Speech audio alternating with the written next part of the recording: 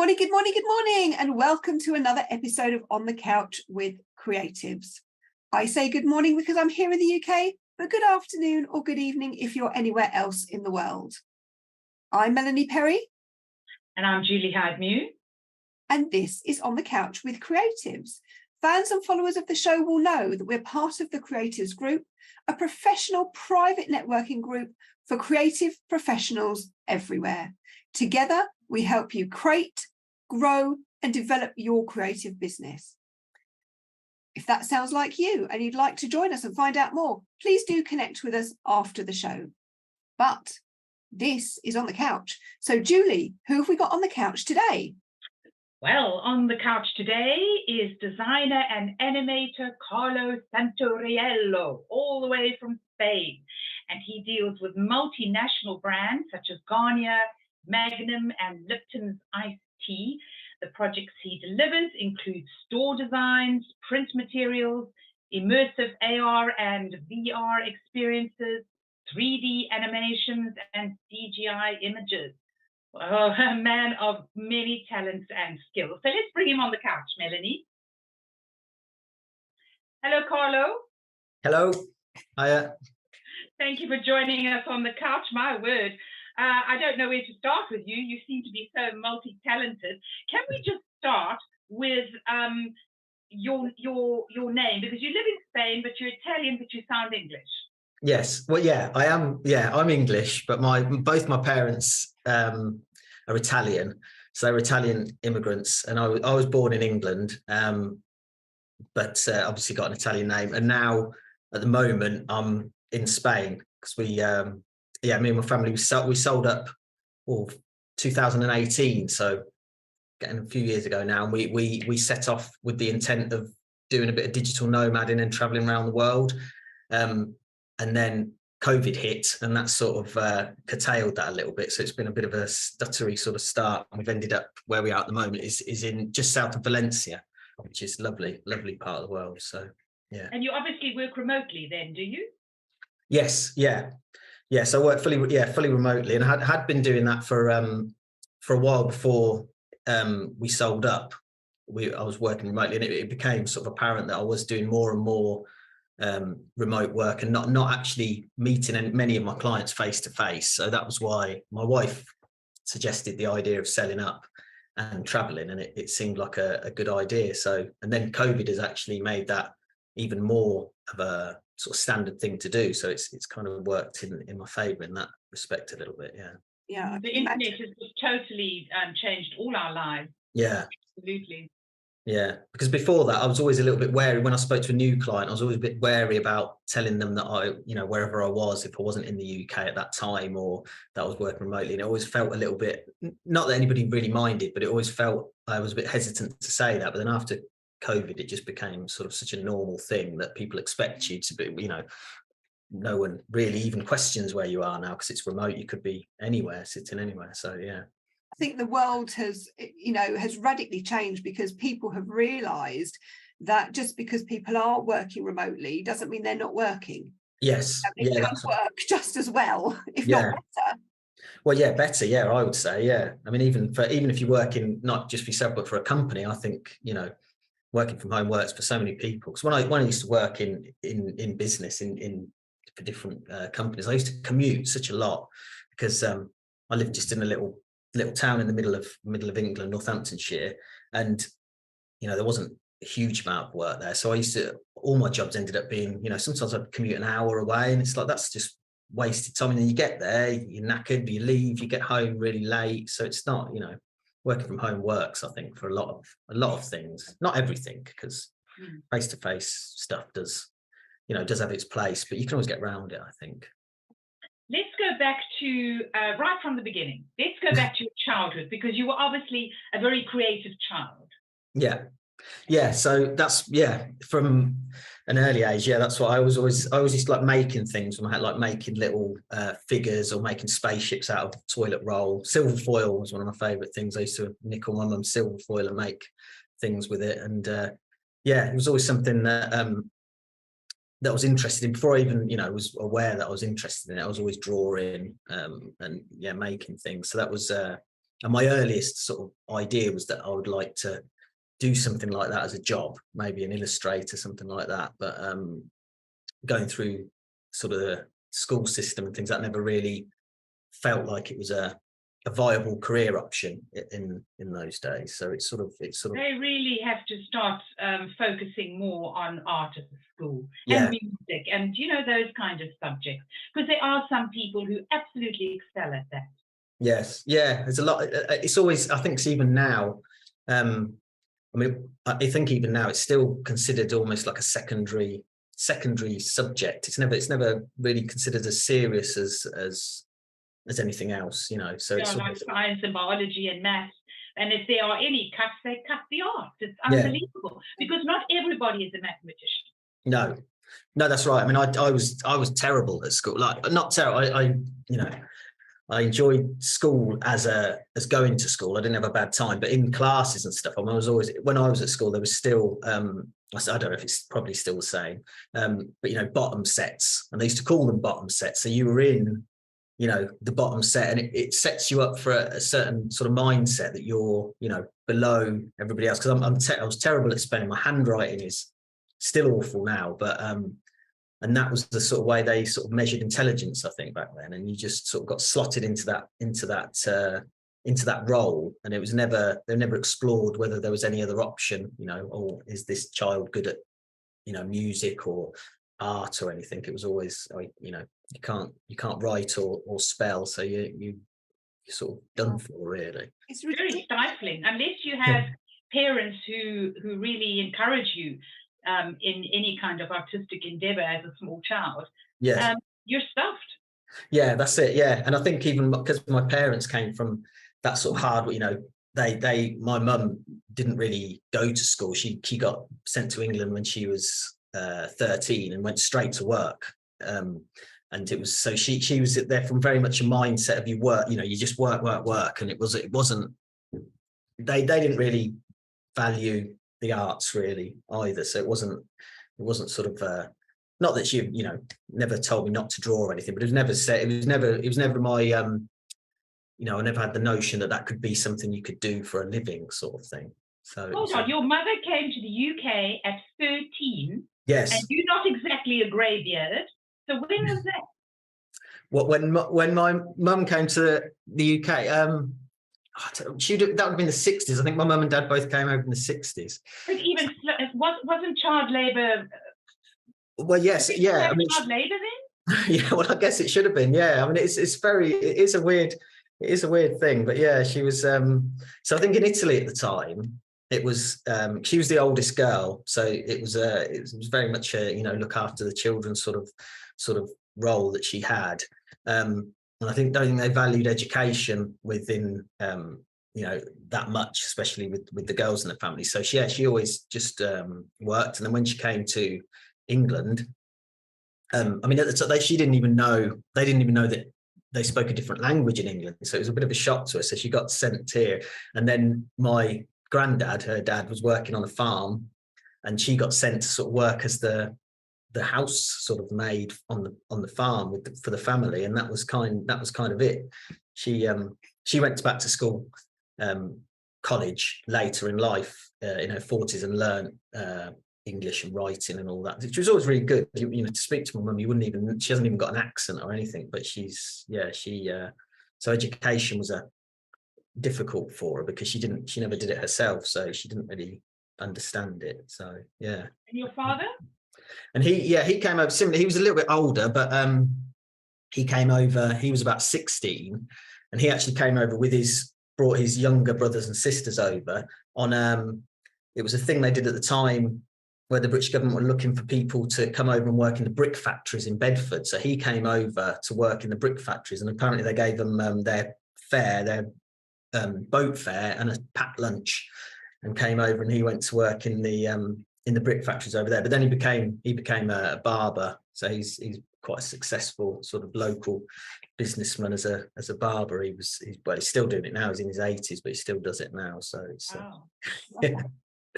So yeah, so that's I mean, they're both sort of, it was work and hardly any play, I assume. For them, yeah. Okay, so how did you get out of the factory farmhouse grind? Yeah, I mean, it took a long time. So I mean, yeah, like I've always been creative and sort of done that in my spare time. I was in a band for years and years. Like that was after I thought, art, perhaps there was no career in that. I decided that I'd decide to be a rock star instead, because that seemed like an easier route, which obviously not. So I did that for quite a few years, and just worked in. I got jobs in factories. I started in a factory on the shop floor, basically, and gradually worked myself up through that company into the office. Just did various jobs in the factory, and then eventually got a job in the office, just because they got a new computer system basically installed. And at that time, the manager of I was in the paint shop at that point, so it's sort of art, but just spray painting things. He couldn't operate the computer system, so I was sort of the youngest in the thing, so I just used to do that for him, and that sort of led me into the office. And then when all the computer system had died down, they wanted to put me back on the shop floor, but I didn't. At that point, I'd been in there about a year, so I didn't want to go back onto the shop floor. So I sort of fought my corner a bit, and they had an opening in the drawing office. So they just sort of stuck me in there to see if I could do it, and I went in there and sort of learned to do 2D CAD. And that was sort of a point where I sort of started working in more office-based, white-collar jobs. Did you have one of those huge, big drawing tables? No, it was on a computer then. I have right. Okay.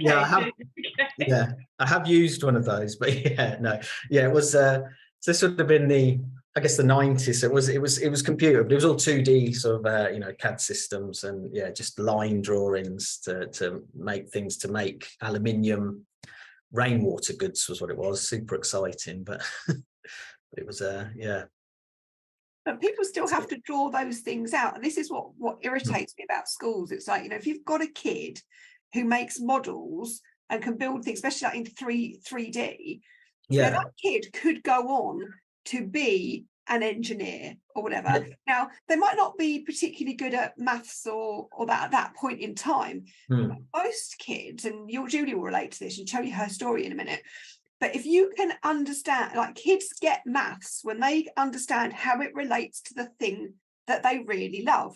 So if you're talking to a kid about maths in terms of design and structure and making something, they would get it a lot more than trying to just sit down on their bottom and learn their times tables by rote, or trigonometry, or this is a trigonometry story, Julie, you're going to tell in a minute about them. No, I've told that story before, Melanie. Yeah, but Carlo hasn't heard it. Carlo hasn't heard it. But it's about making maths relatable. And I think there's a whole host of, up and coming engineers in the making that are just getting missed because they're not being spoken to in the right language at school. Just because they build things or doodle things doesn't mean they're daft. No, well, that was the other thing I used to get told off all the time for drawing. Head in the clouds was always a thing, daydreamer, all the things that I use now to essentially make money were things that were really written off. And that was one of the big things, because they thought I was disruptive, because I was, I was always drawing. I used to, even when I worked at places, if I was in a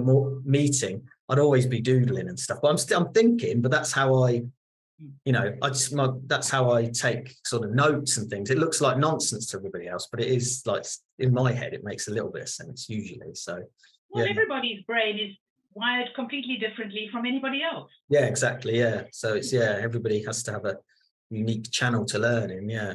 But you have an engineering background, don't you? Well, yeah, kind of. Yeah. So, so from that job when I was in the drawing office, I ended up doing several sort of 2D drafting jobs, and ended up the pinnacle. I ended up being a roofing and cladding draftsman, which is a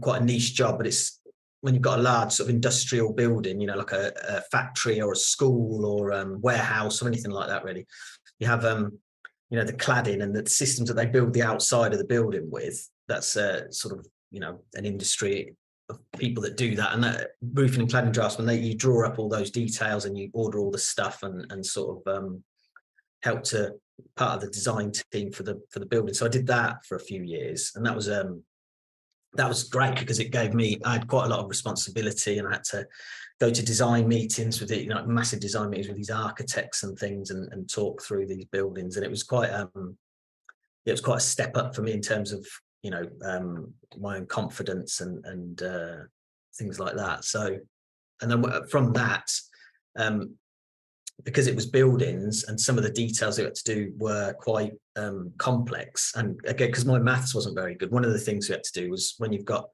it's probably a bit boring, when you've got all these different roofs coming in from a different angle, and they create a compound angle, and there's mathematics to work out that. So if you want to make something to fit in there, you have to work out the maths, and I couldn't work out the maths because it was beyond me. So I found a 3D software online and started teaching myself that, so I could make these things. So basically it was a shortcut to not having to work out the maths. And once I discovered 3D, it was kind of that re-triggered sort of what I used to do as a kid, of making things, and it was kind of doing that in on the screen instead of with my hands. So that sort of really clicked with me, and I taught myself 3D modeling through free software at the time, and made a little portfolio, and that got me my first job as a design engineer, which was another step up, which was really, really good. Yeah, so I worked as a design engineer for just over 4 years in aerospace and rail, so it's quite a good sort of high-end company. But yeah, I'm not a trained engineer or anything, but I learned on the job, and did that for a few years. And that's where, probably getting ahead of myself, but that's where this company that I formed doing the animations and things came from, essentially from that role I had doing that. Did you find it easier, just going back to, sort of, as a child, you were really keen on making things in 3D. When you found the 3D software, did it really click that much better with you? Because again, maybe your brain sees things in 3D rather than 2D. So when it sort of 3D, did you find it a lot easier and thinking, yeah, this is my thing? Yeah, to me, yeah, it did. It worked. I mean, the other way around as well, because when I first did the 2D CAD, they sort of sat me on the machine to see if I could do it, and showed me a few pointers, and that was all 2D in those days, and you had to sort of you drew flat views, and that had to generate a 3D image. But I found that quite easy, and I think that was because that's how my brain works, that I can see things in 3D. So it was kind of so it was, I can interpret it that way, and the other way around. But I did find 3D software sort of it did click for me. Great. So when did you stop being an employee and strike out on your own? So what year was that? So I think it's been about six years now since I've been on my own. I'd have to check my timings, but I can't. About 6-7 years. So I was just 41, so 7 years ago. So I got to sort of 40, and I was working. I've always, in the back of my mind, always thought it would be great to work for myself, and I never really had that sort of vague idea that I'd like to work for myself, because I hated commuting. I never, I always struggled with getting to work on time, which was always a big contention with employers. Although I always, I'd always do my hours, I'd do over my hours, but there was always that still where all the places I worked still had that Victorian sort of here at 8, and that's it. And literally, and even if I'd commute for an hour and I'd be stuck on the road that I couldn't get in, the boss would be waiting there tapping his phone and tapping his watch. So I always thought it would be nice to work from home as well, because you spend so much time at work. I remember when my son was born, actually, I was still working for people, and I went to work in the morning. When I came back in the afternoon, he was walking, so you sort of miss all of that sort of stuff, because all the things you miss just stuck in traffic, essentially, a lot of the time. So sad, very sad. That's kind of human condition. That's it. So I always had it in the back of my head that I'd want to work for myself. And while I was doing the design engineer role, I sort of ended up shoehorning quite a bit of creativity into that, and I ended up creating a role that sort of, I was half in the engineering department. I was in the engineering department, but I also worked with sales and marketing to develop all our, we called it visual marketing sort of assets. You mean the packaging and all that? Well, no, more sort of our or business cards, letters, letterheads, that kind of thing. No, more like presentations for sales to sell our products, or if I design a product, I'd create like nice images for the sales guys to sell it, and then that became part of the wider company where I'd sort of create visual assets mainly to all sorts of different things, but it was a sort of role that straddled engineering and sales.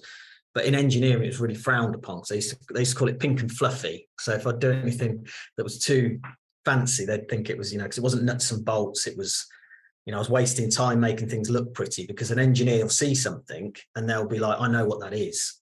I don't need to see anything too, But a non-engineer would probably look at the packaging first. I mean, packaging and the whole branding around products, that's what sells them. Exactly. Yeah. It's exactly. It's super important. And I think when I started at that company in the engineering department, we were still kind of interacting with our clients were engineers as well.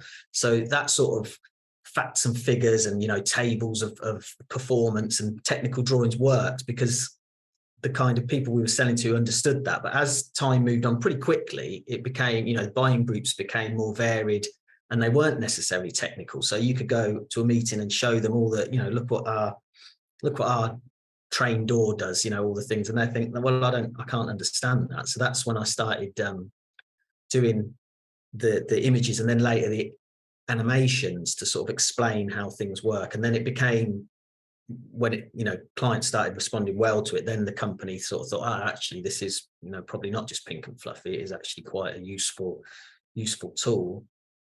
And we got a marketing guy in Tim who was really good, and he came in and changed sort of the culture of how the company worked and approached things, and me and him started working really closely together doing this sort of stuff, just presentations for clients and things. And it was me and him that started this company originally, 099 Creative. So I eventually left there because I was getting bogged down as that's the other thing in design. As you get higher up, you do less and less design. So by my last sort of year of that, I wasn't doing any drawing of any description. I was just in meetings every day doing project plans, lots of stuff that is boring to me. And that's when the creative heart of you starts to die, doesn't it? Yeah, that's right. Yeah, because you're not, you literally just having meetings all day about whether a bolt will shear and how many people it will kill if it comes up, all this stuff. It was a bit, and I realised that, I'd sort of ended up in that, and I was really happy as a design engineer to start with, because to me it felt like this is what I used to do as a kid. I'm making things out of things, and and I did like a lot of aspects of it, but the more sort of technical side of it, well, I've got an interest in that. It's not what I'm really good at. So I always felt like, as well, because I wasn't qualified. There's people, there that had been to university, and I always felt playing catch up a little bit. So, so I left that job to go and work in retail design, because I thought that would be interesting. And that really wasn't. So I went to do that. Why wasn't it interesting? Oh, because I thought it would be all about design and all about, something interesting and making things that looked visually nice, and you wouldn't have to worry too much about how it was built and all of that sort of stuff. And in some ways it was, but it's also very like the profit margins are really pushed down. So everything has to be super cheap. Everything has to be really quick. There's lots of people involved, lots of project managers, lots of meetings back and forth. And it was just, chaotic and not really, it was neither design nor engineering, because the engineering was so simple, that wasn't exciting. And the design was, basically you didn't really have any leeway on it when you're working with big brands. You can't have, much say in how anything looks or how it's going to come out. So it was a bit that was a bit disheartening. But that's when I sort of realized, if I want these sort of roles and I want to do this sort of thing and do something creative, I don't think anybody's going to employ me to do that, so I kind of have to do it myself. And that's when I talked to Tim about it. He was unhappy where he was, and so we sort of formed this 099 as a marketing company initially for engineering companies to explain their ideas to non-engineering people. So sort of thing we were doing when we were working together for all sorts of advanced engineering. And that's what we started to do, sort of. But you have some very big clients now. Well, no. When I say big, we're talking multinational companies. Well, that's well, when we started, we were doing, because we worked from the company that I used to work was in Cambridge, and Cambridge is a big centre for composite construction. So like aerospace, a big aerospace industry there and that sort of stuff. So we were working for those sort of companies and just doing little promotional videos and things like that. And it became like apparent that most of the stuff we were getting was the visual stuff. So it was all the animations and the images and stuff. So we parted company after about a year because it realised that was kind of what I do, and that was going to be a thing in itself. So I sort of changed the direction of the company to being just an animation and visual sort of company. And Tim went and he does sort of company transformation and stuff like that. So we sort of split. But you still have a company together, do you? No. So we split from that. So for the last completely. Okay. So for the last 5 years, it's just been my company. But it was important because without Tim, I don't think I would have started. I don't know whether I would have started it on my own. I think I needed that sort of. But you're still friends, are you? Yeah, we're still friends. Yeah, we are still friends. Yeah, I mean, it is when you start a business, it is a strain when because at the start, I left work. We both had no jobs, so it was I just left work. He'd left work, and obviously we had households to run, and it was scary because and we didn't get work. It's hard to get work to start with. I mean, it's a difficult thing, as everybody who starts their own business would know. Getting clients, and it can become. You just need that one client and that one project, and then suddenly it starts to snowball. Yeah, it does, but it's up and down, and especially when we perhaps didn't have a solid direction as to what we wanted to do. So it did cause some friction, but we're still friends now. You'd have to ask him from my point of view, but we still talk. And I've worked for him when he's worked at different companies since then. I've worked for him as a subcontractor doing this when he's gone into companies to say we need to do it. And so we have it's a good. So tell us about some of your projects that you've done that we could recognise as buyers. Yeah, well, I think I do a mixture of things really. So with my own company, I tend to do a whole start to finish animation, sort of product animation. That'll be sort of smaller clients. So where they'll come to me and they might not even have an idea of what they want to do. So I'll do everything from the storyboard all the way to the final edit and everything like that. And then for the bigger brands I've worked with, that's usually part of an agency. So the other thing I do is I'll work just as an artist, 3D artist or editor or whatever they need for that particular job. I'll just go in as part of another team and do work with a team, just providing whatever I need to provide for that. And that's when I work for sort of bigger clients, like done some stuff for Garnier, which was quite interesting because that was an AR portal for their night serum, I think it was day and night serum, and they were launching this using influencers. So it's quite an interesting job because I was doing that through a marketing agency that worked with influencers to market products. So companies will come to them, brands will come to them and get them to run a campaign. And part of this campaign was they wanted a filter for Instagram for their influencers to use to promote their products. So I built that, me with another guy, technical guy that I work with, who's a developer. Wheeled Creative is the company. We work together to create this for an agency for Garnier's influencers. Oh, wait. You said a filter. Does that mean, because I know what filters are. Yes. Put them in front of you and you look absolutely beautiful and very, very young. You could be 8. So they were lying. No. So yeah, so it's called a filter. So yeah, that is what a filter usually is. So a filter is usually anything that when you've got like your app on Instagram or Snapchat and you can click it on, it can make you look like younger, or you look like a cat or whatever. So here I am in all my wrinkled glory, and I'm using the Night and Day serum. Boom! Look. No, it wasn't. Yeah, it wasn't that, because this was actually a bit more. We used the technology of a filter, so you'd have in Instagram, you can go on it and do your story and do a film. I mean, I don't use social media very much, but this was actually an AR experience. So it didn't do anything to you, but what you did was it created a portal in your space. I think I sent Mel an example, so hopefully you'll be able to show this.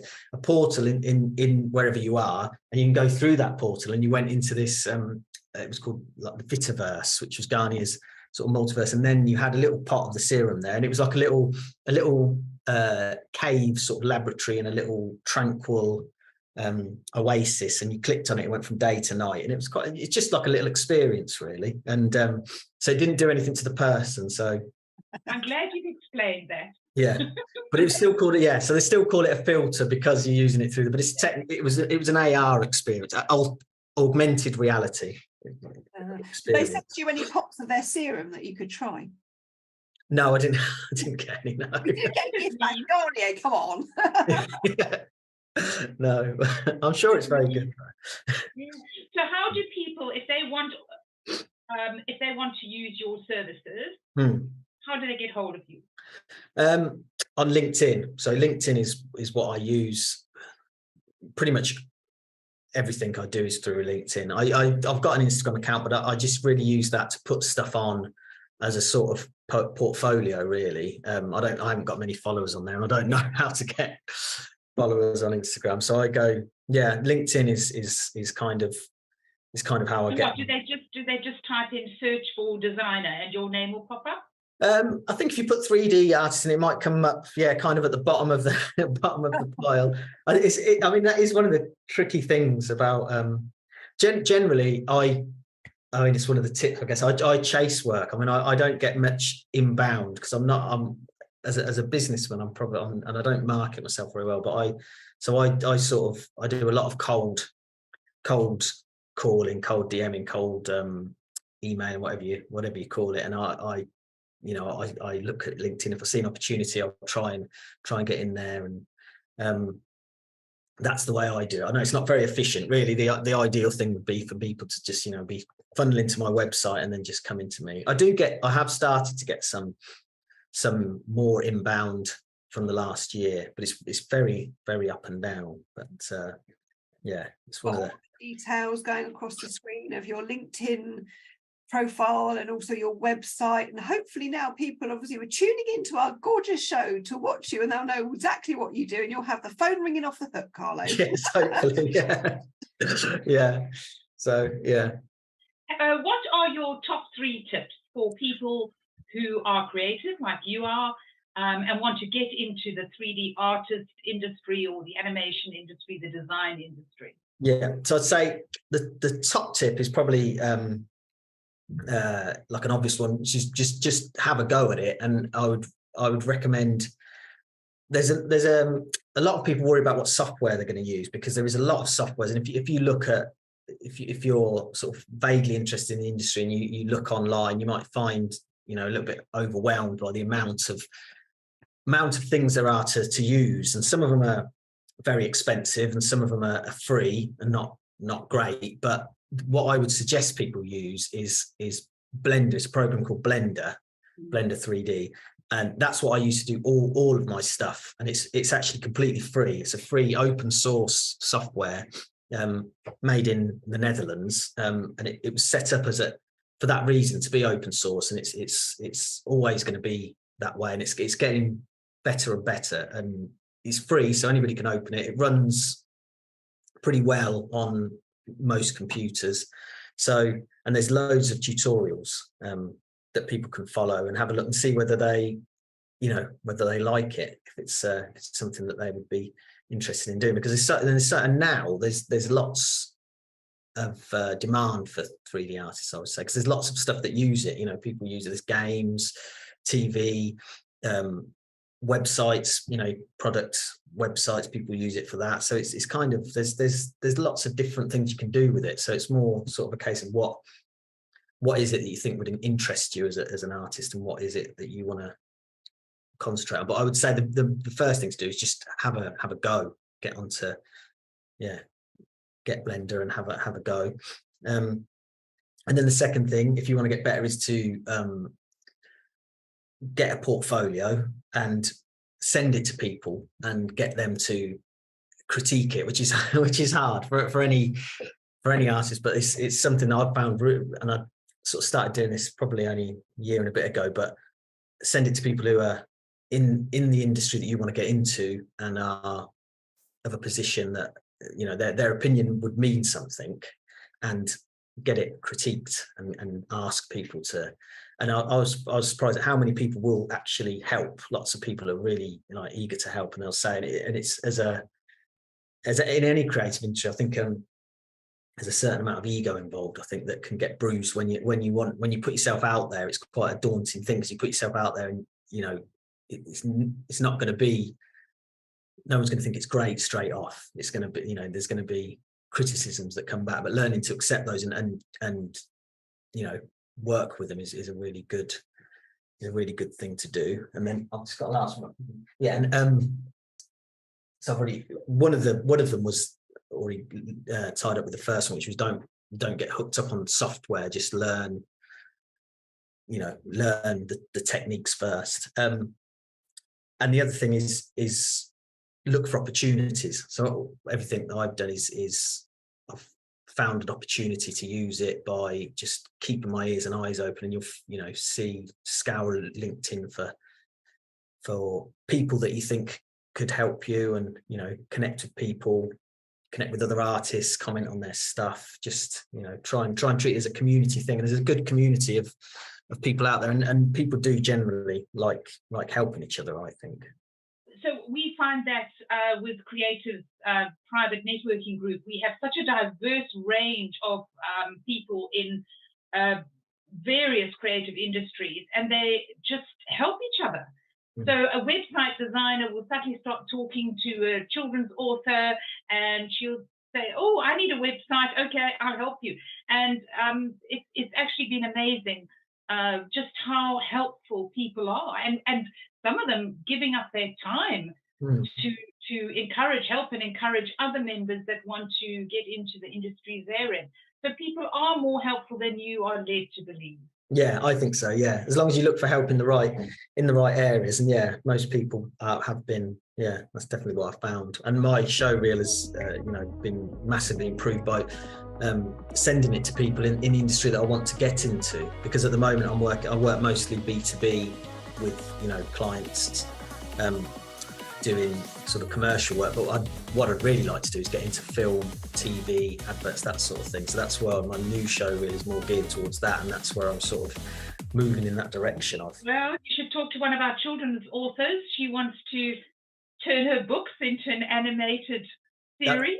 That is actually a project I'm doing. I should have mentioned actually with a children's author called Jay Stansfield, and it's a thing called The Squibbles, which is these great sort of characters, colouring book and characters and things, and we're currently making that into a TV show at the moment. So that's I think there's an example of that in the thing as well. But yeah, that's I should have mentioned that earlier.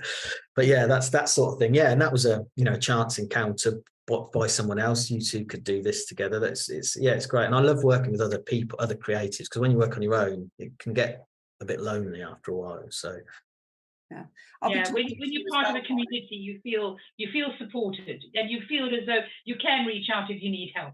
People become your friends, Yeah, it's good. Massively. Yeah, I'll be reaching out to you, Carlo, because I've got an idea for children's TV animation. Have you? That's yes, it's very exciting. But so I'll be looking for artists and designers, and I'll probably talk to Thorber as well, because I want to turn it into a game, whether it becomes a series or a game first, I'm not quite sure. Oh, right. It will need to be animated and whatever, so there's a lot going on in the background, Yeah. but I might get a call. Yeah, that's that. Yeah. Keep in touch. Keep in touch.